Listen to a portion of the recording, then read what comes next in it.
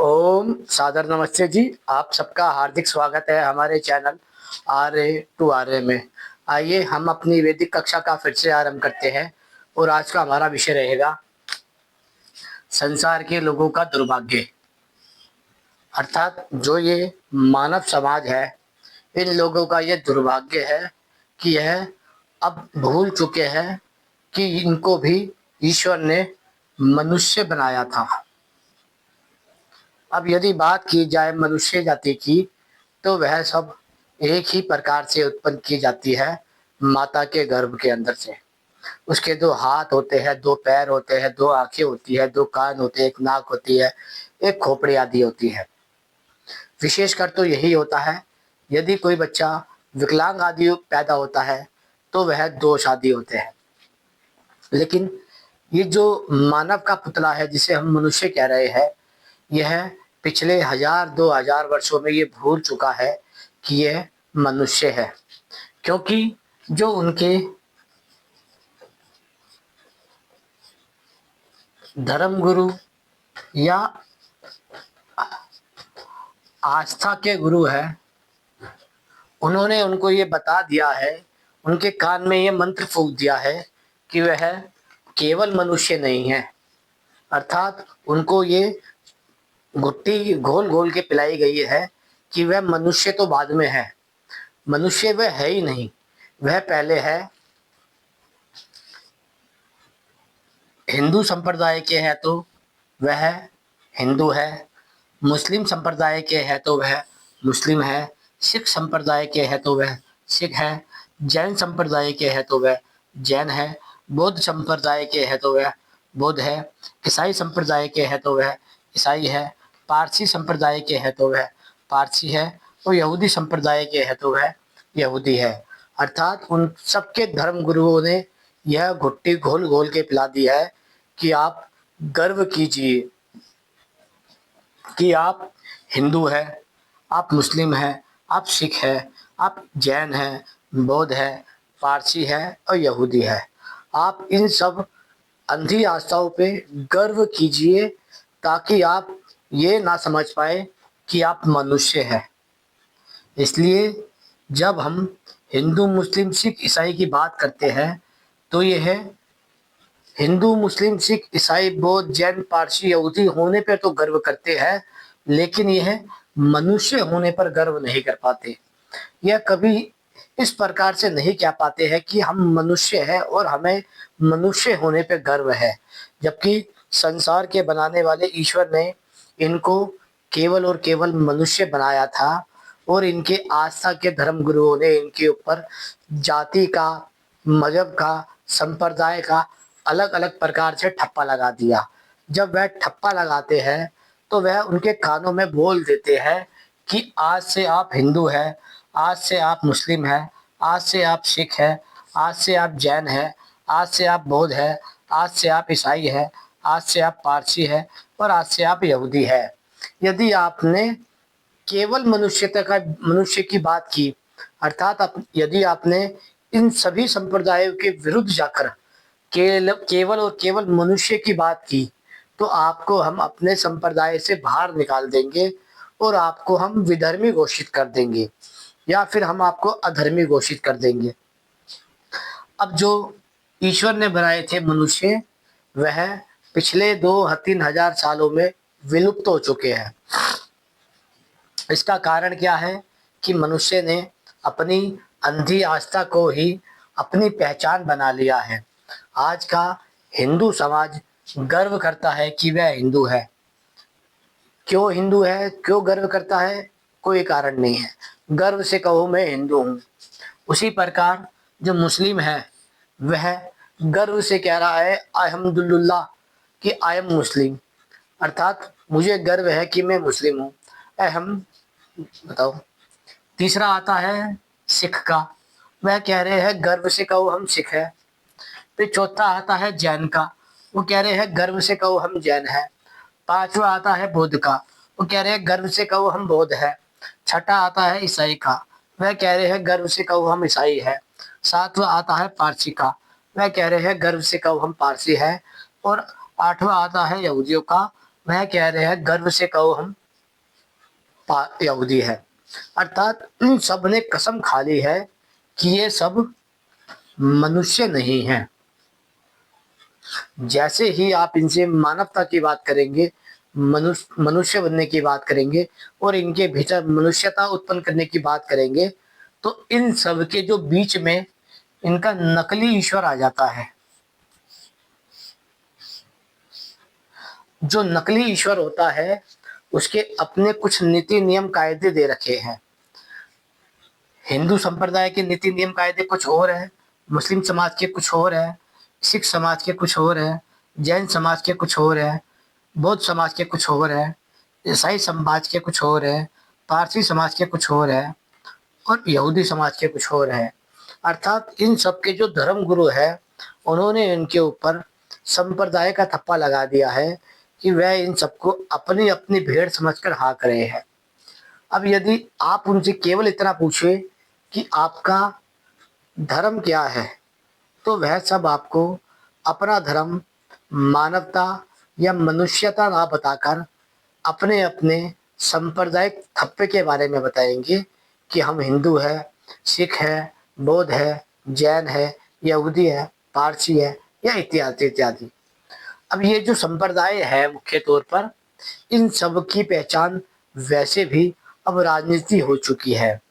राजनीतिक यानी कि अब यदि हिंदू समाज का कोई आंकड़ा निकालता है तो वह जनगणना करने के लिए निकालता है, मुस्लिम समाज का कोई आंकड़ा निकालता है तो वह भी जनगणना करने के लिए निकालता है, सिख समाज का कोई निकालता है आंकड़ा तो वह भी जनगणना करने के लिए निकालता है। अब जब बात आती है कि यदि हमें मनुष्य की गणना की करनी पड़े तो मनुष्य तो कोई बचेगा ही नहीं, क्योंकि हिंदू संप्रदाय अपने आप को हिंदू बताएगा, सिख अपने आप को सिख बताएगा, मुस्लिम अपने आप को मुस्लिम बताएगा, जैन अपने आप को जैन बताएगा, बौद्ध अपने आप को बौद्ध बताएगा, ईसाई अपने आप को ईसाई बताएगा, पारसी अपने आप को पारसी बताएगा और यहूदी अपने आप को यहूदी बताएगा। ये सब अपने आप को मनुष्य बताएंगे ही नहीं। यदि आप इनसे किसी भी स्थान पे खड़े होकर केवल ये पूछ लीजिए कि आप कौन हैं, तो आपको ये सबसे पहले अपने संप्रदाय का नाम बताएंगे। संप्रदाय के बाद में ये लोग अपने अपने फिरकों का नाम, जातियों का नाम, संप्रदायों का नाम बताएंगे, लेकिन ये किसी भी स्थिति में अपने आप को मनुष्य नहीं बताएंगे। क्योंकि जब मनुष्य की बात आती है तो मनुष्य के भीतर कुछ गुण होते हैं, इसलिए जो वह गुण होते हैं जिससे वह मनुष्य सिद्ध होता है वह उनके अंदर दिखाई नहीं देते। पहला है मानवता का गुण, दूसरा है सत्य का गुण, तीसरा है न्याय का गुण, चौथा है परोपकार का गुण, पांचवा है समानता का गुण, छठा है क्षमता का गुण,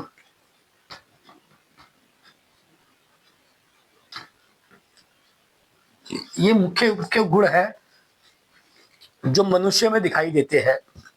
लेकिन जब आप सांप्रदायिक थप्पा लगा देते हैं लोगों के अंदर, तो यह एक सांप्रदायिक व्यक्ति एक विचारों का कैदी हो जाता है, अर्थात वह एक विचारधारा से बंध जाता है।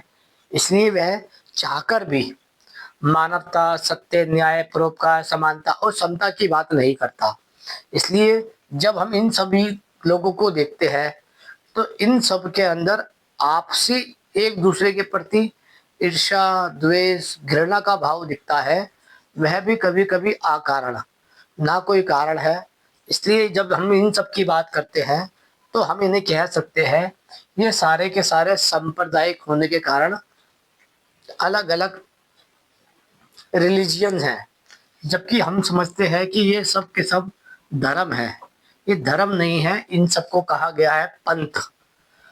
पंथ का क्या अर्थ होता है इसको समझ लीजिए आप। पंथ का अर्थ होता है जो लोग संप्रदाय यानी कि संगठन में रहते हैं, तो उसे ही पंथ कहा गया है। जब आप भारतीय संविधान की बात करते हैं तो भारतीय संविधान में से इनमें से किसी को भी धर्म की श्रेणी में नहीं रखा गया, चाहे वह हिंदू हो, मुस्लिम हो, सिख हो, जैन हो, बौद्ध हो, ईसाई हो, पारसी हो या यहूदी हो। वह कहते हैं कि जो भारत देश है यह पंथ निरपेक्ष है, अर्थात ये सारे पंथ रहते हैं यहाँ पे। अब यदि बात की जाए अलग अलग पंथों की, तो अलग अलग पंथों के अलग अलग नीति नियम कायदे हैं। कोई गाय आदि को खाना अपनी आस्था मानता है, तो कोई सुअर, बकरे और मुर्गे को खाना अपनी आस्था मानता है। कोई शराब को पीना अपनी आस्था मानता है, तो कोई व्यभिचार करने को अपनी आस्था मानता है। कोई पाखंड को अपनी आस्था मानता है, तो कोई जातिवाद को अपनी आस्था मानता है। कोई क्रूरता को अपनी आस्था मानता है, तो कोई समाज को नष्ट करने को ही अपनी आस्था मानता है।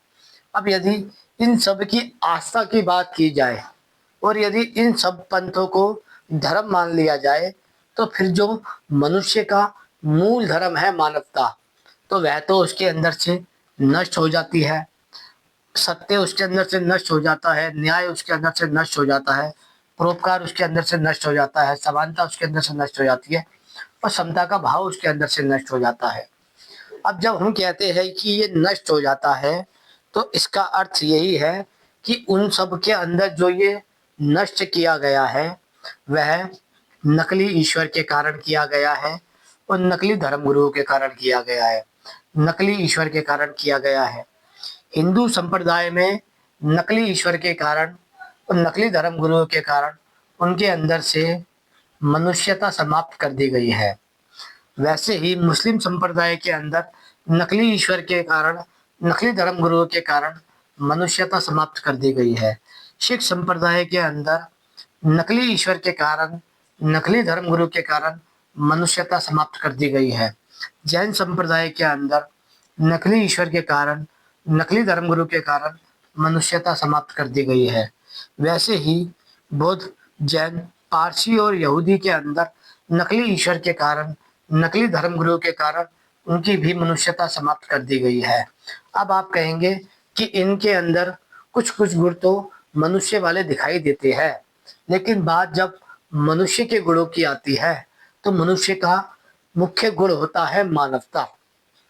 जब आप पशु पक्षियों के प्रति, मनुष्यों के प्रति, दरिद्र गरीबों के प्रति, अज्ञानियों के प्रति, मूर्खों के प्रति प्रेम भाव छोड़ देते हैं, तो आप धीरे धीरे अमानवतावादी हो जाते हैं।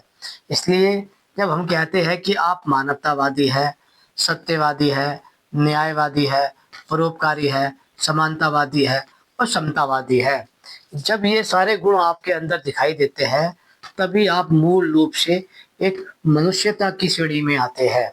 इसलिए जब तक आप सांप्रदायिक बने हुए हैं, अर्थात आप संप्रदाय के भाग बने हुए हैं, हिंदू, मुस्लिम, सिख, ईसाई, जैन, बौद्ध, पारसी, यहूदी, तो आप तब तक मनुष्य नहीं बन पाएंगे।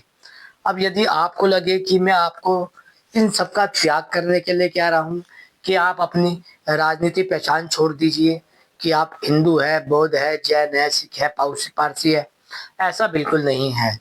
मेरा तो केवल एक ही सिद्धांत है आपको समझाना कि आप नकली ईश्वरवाद और नकली धर्मगुरु छोड़ दीजिए, जो आपसे आपके अंदर की मनुष्यता का समाप्त कराती है। यदि आपसे वह जातिवाद कराती है, सांप्रदायिकता कराती है, भेदभाव कराती है, छुआछूत कराती है, मांसाहार कराती है, व्यभिचार कराती है, नशाखोरी कराती है, आपसी घृणा कराती है और अमानवीय कर्म कराती है, तो ऐसे सभी आस्थाओं का त्याग कर देना चाहिए और ऐसे सभी धर्म गुरुओं का त्याग कर देना चाहिए जो आपको नफरती बनाता है। इसलिए आपको केवल और केवल मनुष्य बनना चाहिए और मनुष्यता की ओर जाना चाहिए, क्योंकि आपको ईश्वर ने केवल और केवल मनुष्य बनाया था। आप हिंदू, मुस्लिम, सिख, ईसाई, जैन, यहूदी, पारसी अपने अपने धर्म के ठेकेदारों के कारण बने हैं।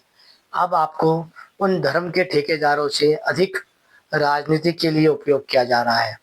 आशा करते हैं विषय समझ आया होगा कि संसार के लोगों का दुर्भाग्य तो यह है कि वह ये भूल चुके हैं कि वह भी मनुष्य है।